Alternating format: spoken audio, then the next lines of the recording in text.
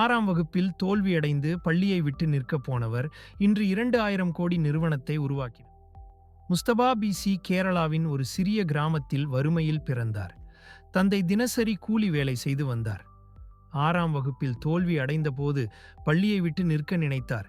ஆனால் அவரது ஆசிரியர் அவருக்கு ஊக்கமளித்து பள்ளி படிப்பை தொடர வைத்தார்.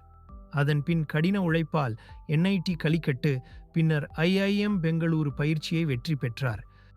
பெங்களூரு சென்றபோது இட்லி தோசை மாவு கடைகளில் சுகாதாரமின்றி விற்கப்படுவதை அறிந்தார்.